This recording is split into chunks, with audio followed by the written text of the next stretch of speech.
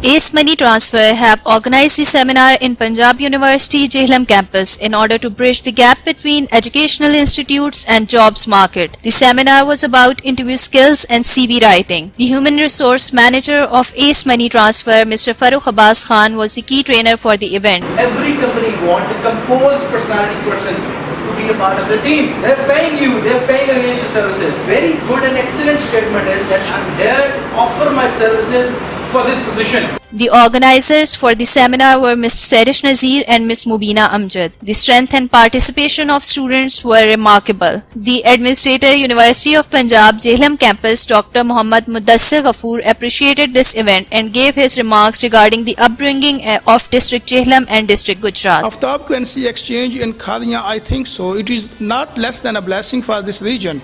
If someone is sending money from Europe to these organizations and they can receive it at their home, at the doorstep, I think so. It is an excellent opportunity for them, number one. Number two, the culture which I have seen in your organization, of multinational organizations, I was not expecting from this local region. You people are really doing best, and it is more than my expectation, number one.